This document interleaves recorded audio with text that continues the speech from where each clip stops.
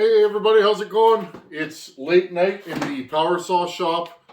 I've been working all day trying to get projects finished. I repainted and baked on the paint on Hogan's pipe here. It should be cured now. This is high heat. It's like a ceramic paint.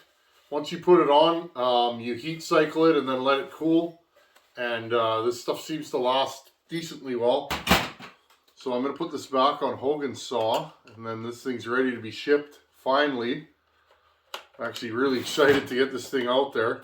This is a fun build. I enjoyed working on this thing, even though I did pop it once. It is what it is. Okay, I'll pull this out. I'll bring you guys in so you can see how this thing mounts. I actually wanted to replace this exhaust gasket anyways, so let's get this happening. Put this on, and then I want to talk about the 288 some more. Okay, another tin can pipe made from junk in the shop. Not a good welder, friends, but I am a good grinder, so you welders out there, take her easy on me. It's actually funny. A good welder, he don't have to grind his welds. You leave them there, it's like your signature. Okay, I'm going to put a brand new gasket on here. The other one was leaking just from taking the pipe on and off a few times. Okay, put this on. Now, if you guys are going to make pipes, make sure, where's my, this unit here? Make sure that you can get your Allen key. You see this? Make sure you can get your Allen key at the fasteners. This one's kind of tight. I've been using a ball end to get it on and off. You can do it with a straight Allen key. Just takes a little more. This takes a little more effort. Now I'm just going to put this on loose, and then I'll mount up the bracket. Again, we put a new bracket on this. Last time you guys saw this. You guys will probably be seeing this about a week after it happened.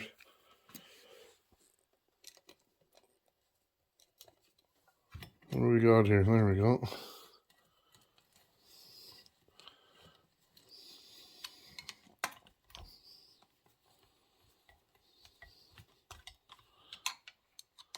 Just get this snug down. Guess we better fire the saw up to get to hear it one last time. Looking for my Allen key, my straight one. It's over on my welding bench.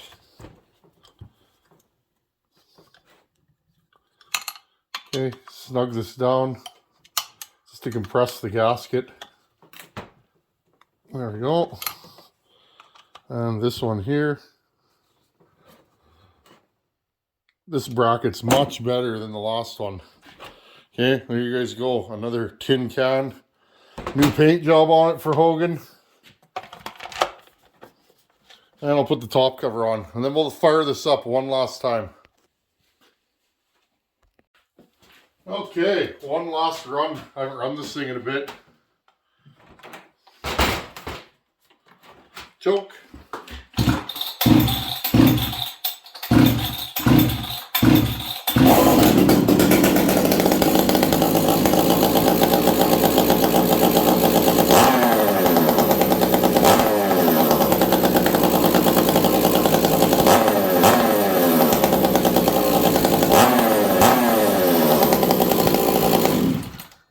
Good saw. I hope it lasts.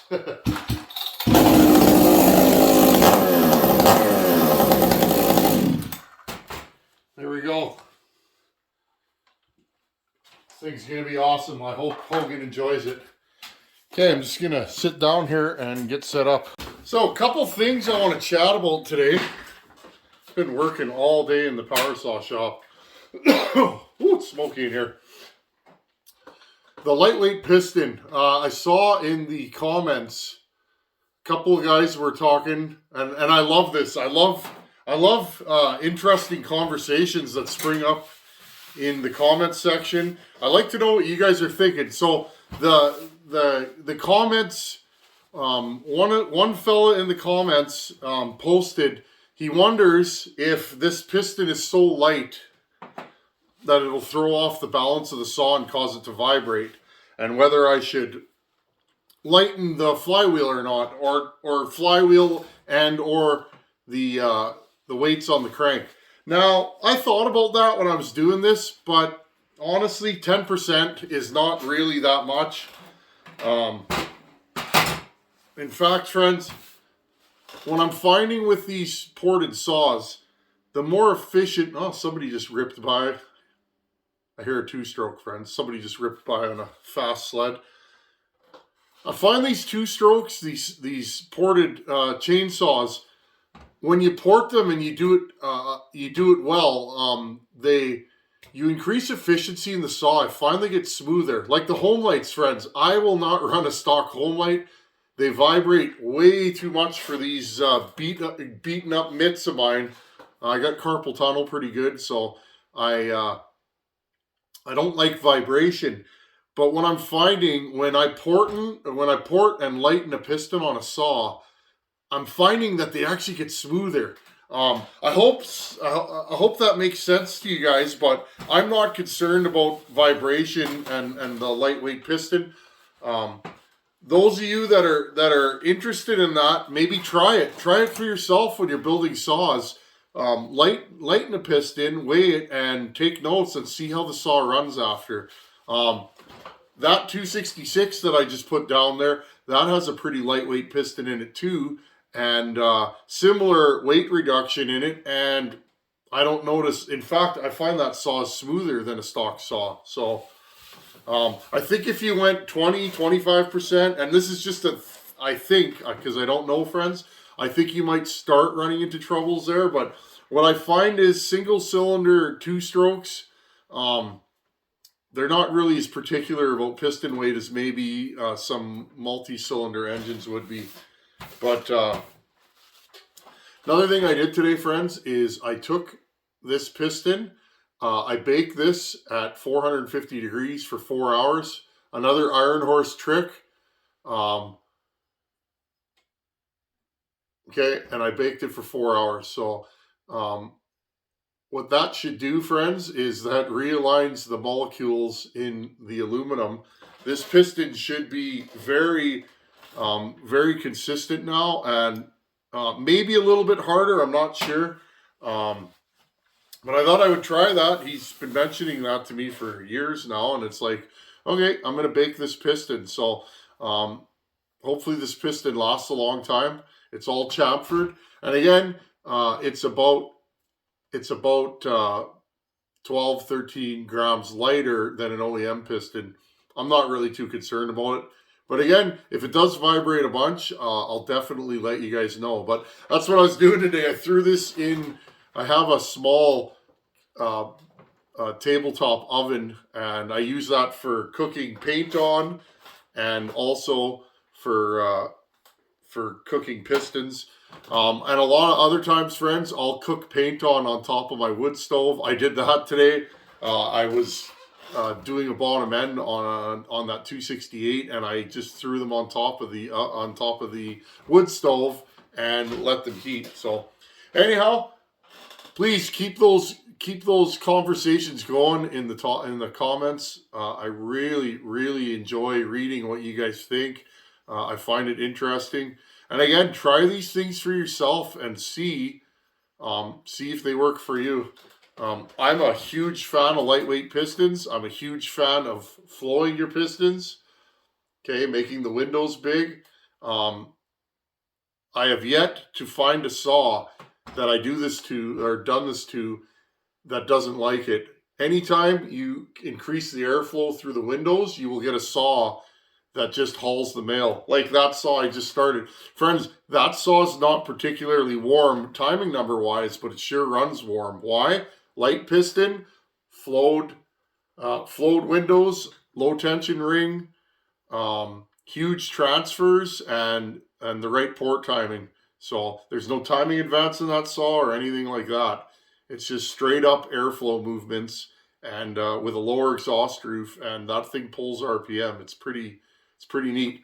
Anyhow, I'll stop flopping about that. Put this on the bench here.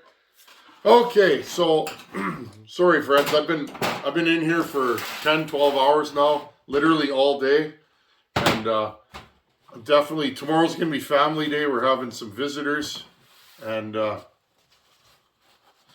be nice to take the day off tomorrow. I rarely take a whole day off, friends, but I think tomorrow's gonna be the day. I love spending time with my daughter and my wife, just hanging out. In-laws are coming over.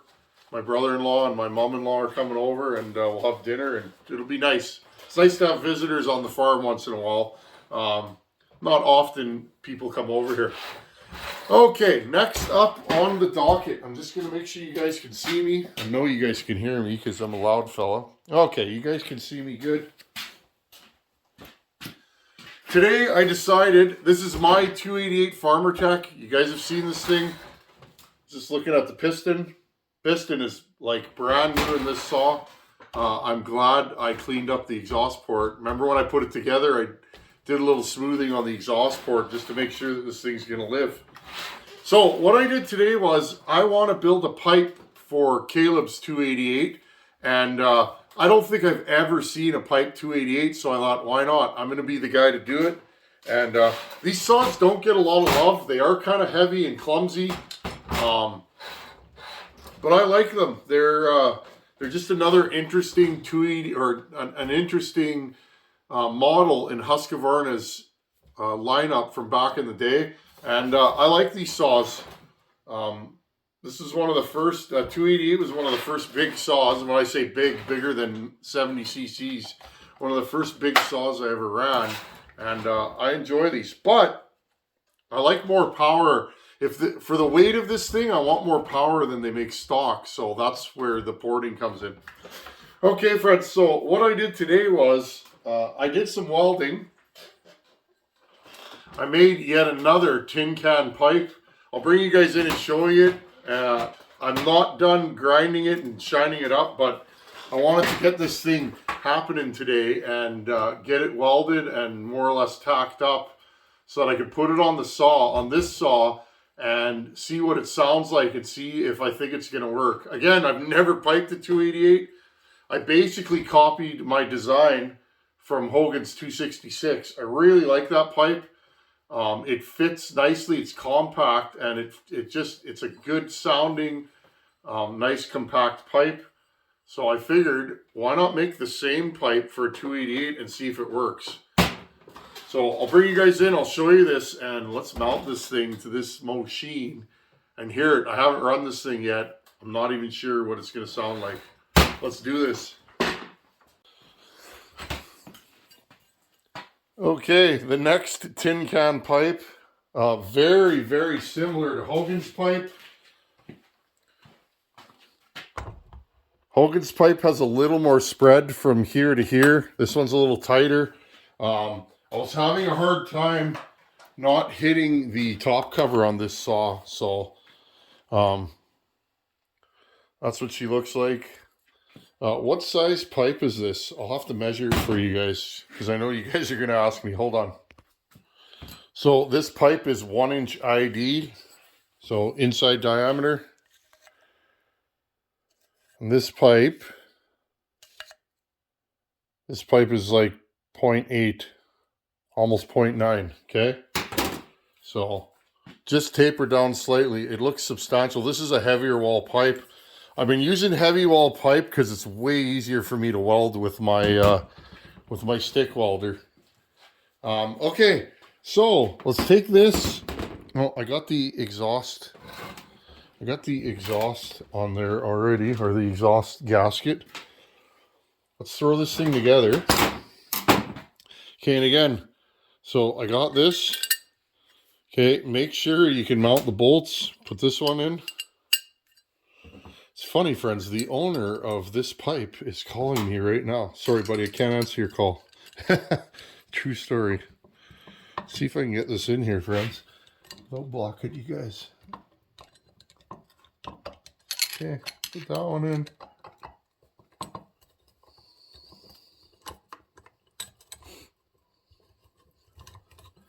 Beautiful. I may put a bracket on this one too.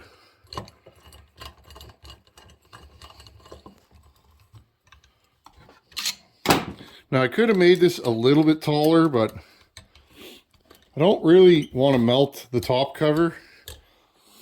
These pipes, they usually get hot somewhere in here, I'm finding. That's where the restriction is, from here to here. And now what I did with this saw, or this pipe, was I looked at the 266 pipe on Hogan's saw, and I've kind of figured out a little bit of a, I don't know if it's an algorithm or on how long this head pipe needs to be. So I took Hogan's pipe, which is for a 72cc saw, and this is a 90cc saw, or 88, whatever it is, 87, and I added a little bit of length to it. Hopefully I got it right. Again, friends, I haven't heard this pipe yet. I've been welding all day. There you go. I just kind of, I didn't even want it straight on this one. I kind of went and shot it down. And I think this looks pretty rowdy on here. Yeah, I was having a hard time fitting it in this corner. I had it a little bit tighter, maybe a 1/4 inch or 1/8 of an inch higher. But you know what? I really like this. It'll have good airflow around the cylinder, and the pipe will have nice room to breathe. And again, look underneath. The thing I love about pipe saws is they don't heat the case up as bad, where the stock muffler is filling this whole area and keeping all that heat in. People always ask me, do I run the heat shield? I usually don't, actually, on a pipe saw, and I notice no problems with it. These things really get the heat out. Okay, I'm excited. Where's my hearing protection? Let's fire this saw up and let's see what it sounds like. Okay, piped 288. I don't even know how this thing's gonna run. Okay. Friends, if all the Farmertech 288s run this good, I say buy one. This thing's ridiculous. Like, I haven't run this in a month. I don't know.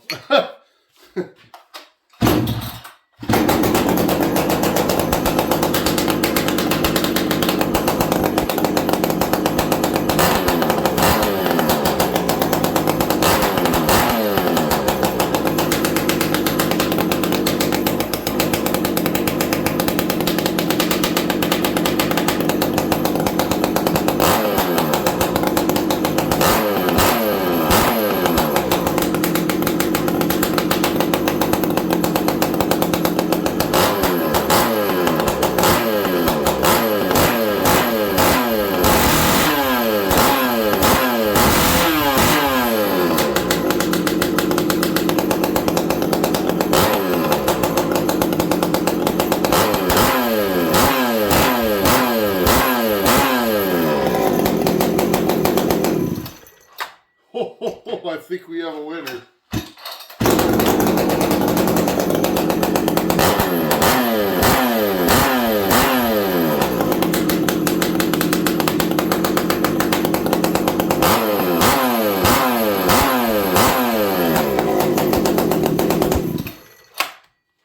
Wow. Again, friends, notice the saw got rich. That means it works. Every pipe I make now, if it's not rich when I put the pipe on the saw, see how rich this thing is? It's definitely working. Wicked snappy throttle response now. And it's got that crack. Notice I put my hand in front of it. I'm trying to hold my hand in place and it's blowing my hand. These pipes that we're making, now they're not an expansion chamber, but they definitely help with performance. Jeez, this thing's nice. You know, friends, one of these days I'm going to have to make one of these pipes for one of my saws. I'd rather do things for others. That's way more fun. But yeah, I'm going to have to whip together a few of these pipes for me and pipe some of my existing or my old school builds that I've been running for years and see how much more they can wake up. These pipes do add throttle response, and if you get them right, they do add power in the cut. I've really noticed that. So there you guys go, a piped 288. This is going on Caleb's saw. Of course, this is my 288 Farmer Tech. This is Rowdy. And you know what's fun, friends? This pipe took me, I don't know, to get to this point, it probably took me about 2.5 hours, maybe 3. It used to take me a whole day to build one of these pipes, so I'm definitely getting faster. There's 1, 2, 3, 4, 5, 6, 7 pieces and the flange on this pipe. So, and I do cut everything with a hacksaw, believe it or not, friends. I just don't have space in this room or in this building for any more equipment. So I either use my Sawzall or a hacksaw, true story. If I could cut them like this, you know, on a chop saw, it would probably be a lot faster. But, well, you know, the wanting is better than the getting. I've learned that in life. You know, wanting a chop saw won't, or, you know, will be better than getting one. But anyhow, friends, I hope my buddy Caleb likes this thing. And it's Rowdy. Okay, I'll send you guys off with this thing rocking and rolling. Okay, everyone, thanks for watching. Take her easy.